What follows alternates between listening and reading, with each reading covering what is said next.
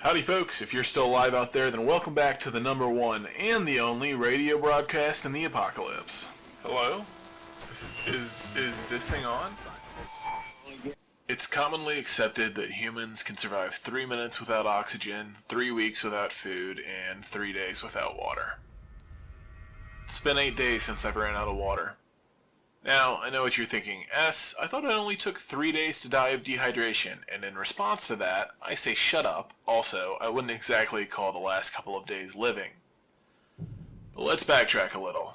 The last broadcast ended with the last of my water going to Little Icarus, which I don't regret, by the way, and almost immediately after I ended, and I searched the entire station top to bottom for any liquid.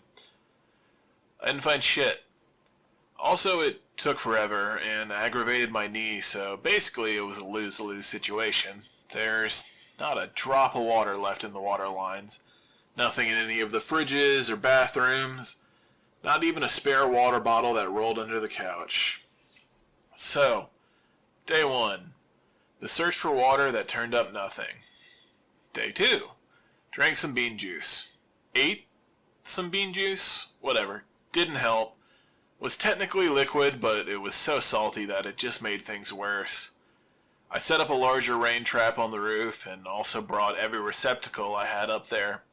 Every bowl and mug in the station. I guess you could say it's a little muggy out there.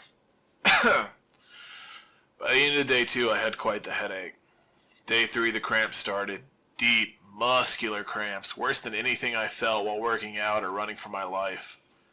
Hell, I could barely get up from the couch to check the rain trap. My mouth is dry, like someone shoved it full of cotton balls. Even when I wasn't moving, my heart was pounding. Day 4, I caught a rat. I lied in wait, put some beans in my hand, and then snapped its neck when I tried to get to him. I ate it raw. Surprisingly, not the grossest thing I've done in the apocalypse.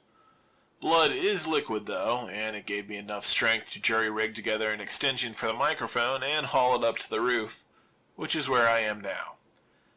Lying on my back on the roof of the station, watching the gray sky and praying to any gods out there for rain. Rain, my last hope. I can't leave the station, my knee is still a massive problem, and that's not even considering the horde out front. And there's no water in the building. So I wait. And I wait. At least I've got you for company, right buddy? I've been trying to teach Icarus to fly, so at least he'll be able to fly away from this cursed place if I don't make it. Come on buddy, just flap your wings. Come on, go from the table to the ground. It's easy. Fly. He's a slow learner. Or maybe I'm just a shit teacher on account of me not having any wings. Tomato, potato.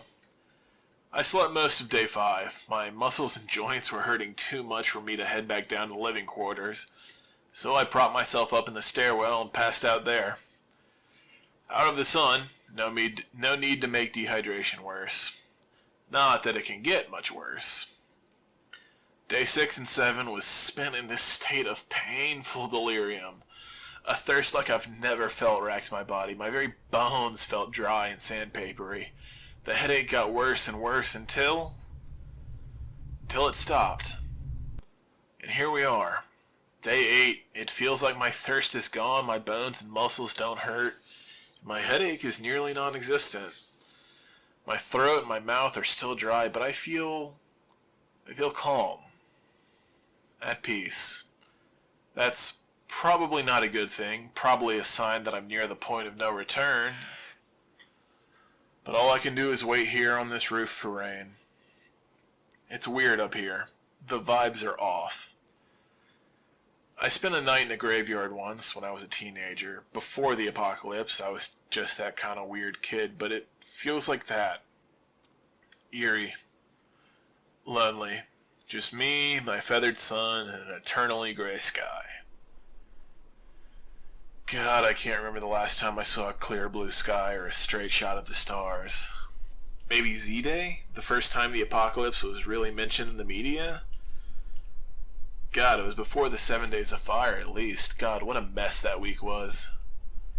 In the beginning, back when half the zombies were still runners and it felt like there was no way to win, no victory, a guy in Miami, I think he was a National Guardsman, lured away a horde from a group of survivors and into one of those massive supermarkets.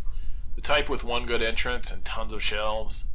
He poured out every flammable liquid in there, and once the bulk of the horde was in, set it off. One hell of a blaze that burnt the horde to ashes and him along with it. A news drone caught the whole thing, broadcasted to the nation. A sacrifice, but a victory. And one the military thought they could mimic. They made a plan and put it into effect on the 4th of July. One hell of a patriotic yeehaw. I think it was supposed to be a morale booster, a significant date, a show that we can win, we can cancel the apocalypse. Genius, if it worked. Spoiler alert, it didn't. If the fire worked for the guardsmen, they thought, then surely it would work for us. So on the 4th of July, they sent 2 squads of planes up the east and west coast and firebombed the worst of the white zones. New York, Miami, Los Angeles, San Francisco, Chicago, Philly, Washington, Seattle. All the big cities that were practically teeming with the dead, an anthill waiting to be kicked over.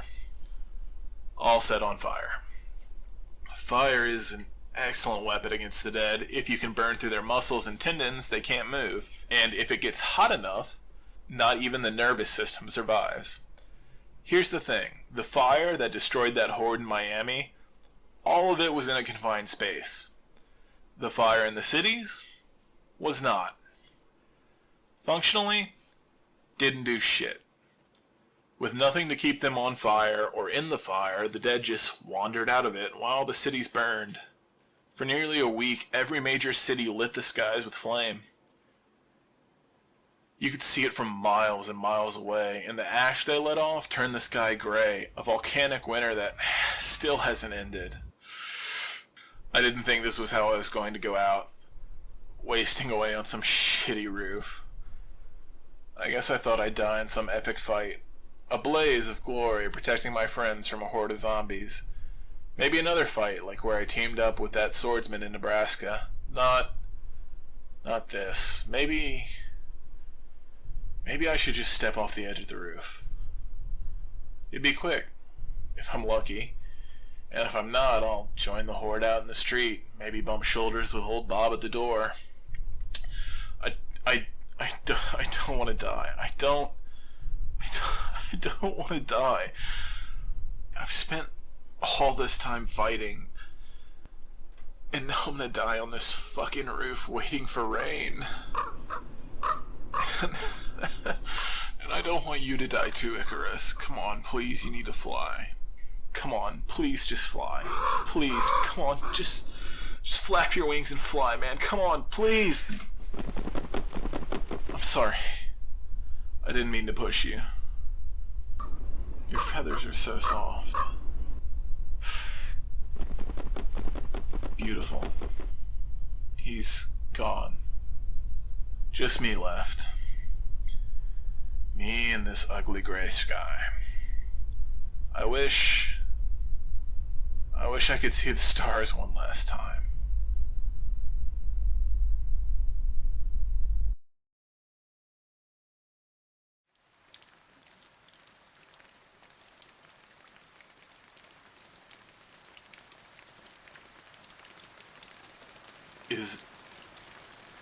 Is that?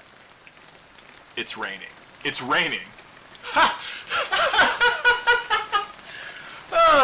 It's raining! We're saved. We're saved. Shit, the microphone is getting wet, and I need save as much of this rain as possible. Alright, you, Icarus, drink up. Alright, folks, I'll catch you next broadcast. Just make sure you're still alive to hear it. I've got to focus on getting all this fucking water back together.